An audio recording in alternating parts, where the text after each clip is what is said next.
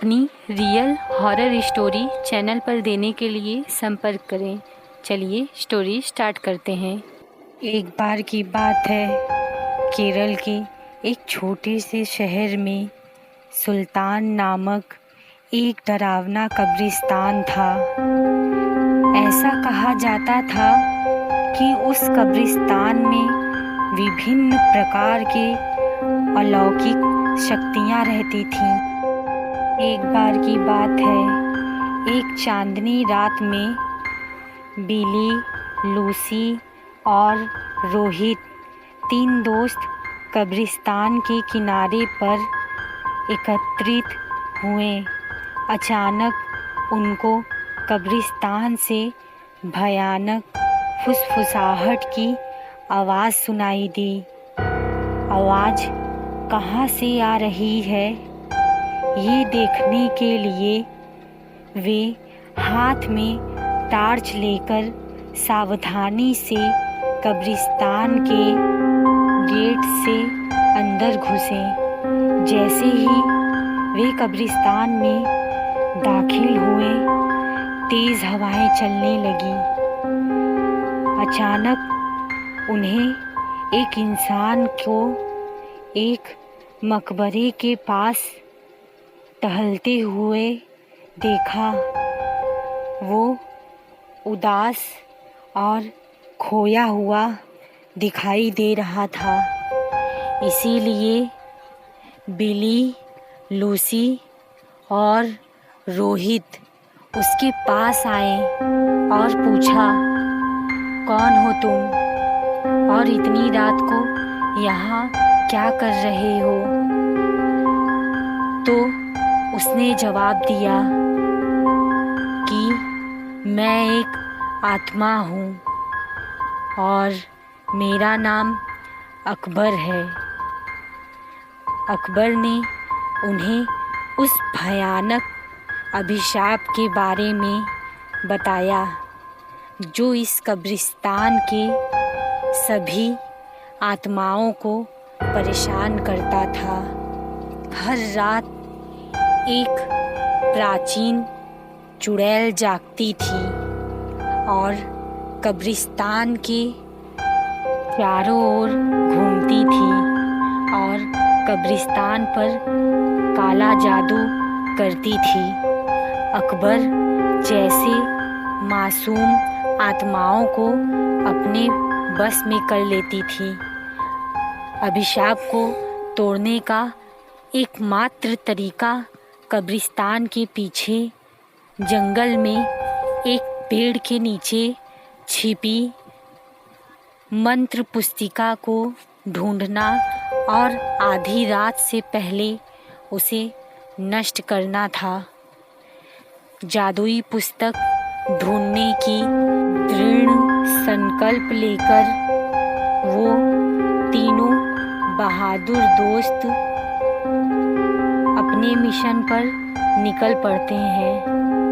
उन्होंने अंधेरे में मकबरों के बीच रास्ता खोजा, जंगल में जाने के लिए, और इस बात का ध्यान रखा कि आराम करने वाली आत्माओं को परेशानी न हो। रास्ते में उन्हें बोन्स नामक एक शरारती छोटे कंकाल का सामना करना पड़ा जो उन्हें जादू की किताब खोजने में मदद करने के लिए आया था।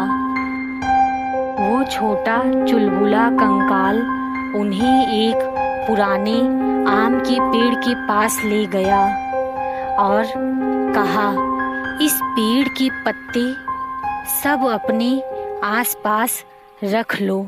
अगर ये पत्ता तुम्हारे पास रहेगा तो वो चुड़ैल तुम्हारा कुछ नहीं बिगाड़ सकती है और ये पत्ता तुम्हें जादुई किताब हासिल करने में मदद भी करेगा। यह कहकर वो कंकाल वापस कब्रिस्तान की तरफ चला गया। आम के पत्तों को अपने हाथ में लेकर दोस्त जादुई किताब ढूंढने लगे। बहुत ढूंढने के पश्चात जंगल में एक झील के अंदर उन्हें कुछ चमकता हुआ दिखाई दिया। रोहित को तैरना बहुत अच्छे से आता था, तो उसने झील के अंदर जाकर वो चमकता हुआ बॉक्स निकाल कर ले आया। जैसे ही आम के पत्ते को बॉक्स के ऊपर रखा, वैसे ही बॉक्स खुल गया और चमकती हुई जादुई किताब बाहर निकल आई। आधी रात करीब आते ही वो तीनों अपने हाथ में जादू की किताब लेकर श्राप को तोड़ने के लिए कब्रिस्तान की तरफ बढ़ने लगे। कब्रिस्तान में आकर वे किताब को खोलें और प्राचीन मंत्र का पाठ प्रारंभ किया। मंत्र पाठ करते ही ज़मीन कांपने लगी और कब्रिस्तान में एक तेज़ रोशनी छा गई।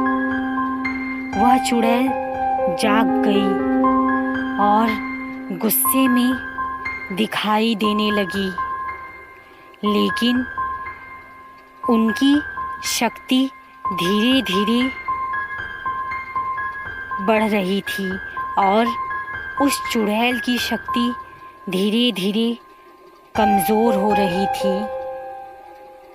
उसने बिली, लूसी और रोहित को जादुई किताब पढ़ने से रोकने के लिए अपनी जादुई शक्तियों का प्रयोग किया, लेकिन उन तीनों का उस पर ध्यान नहीं था और चुड़ैल के जादुई शक्तियों का उन तीनों पर भी कोई असर नहीं पड़ रहा था, क्योंकि तीनों के आसपास आम के पत्ते थे जो उनकी रक्षा कर रहे थे। धीरे धीरे चुड़ैल की साड़ी जलने लगी और उसकी सारी शक्तियाँ खत्म हो गईं। चुड़ैल भस्म होने लगी। धीरे धीरे वह राख में बदल गई।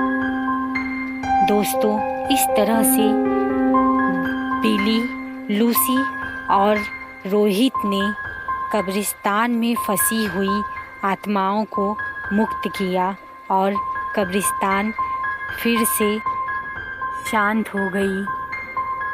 दोस्तों, अगर आपको ये स्टोरी ज़रा सा भी पसंद आई हो तो प्लीज़ मेरे चैनल को सब्सक्राइब कीजिए, और अगर आपको अपनी रियल हॉरर स्टोरी मेरे चैनल में बुलवानी है तो प्लीज़ कमेंट में अपनी स्टोरी ज़रूर बताइए और अपना नंबर भी टाइप कीजिए ताकि मैं आपकी स्टोरी अपने चैनल पर बता पाऊँ। धन्यवाद। Like, share and subscribe support. Bye bye.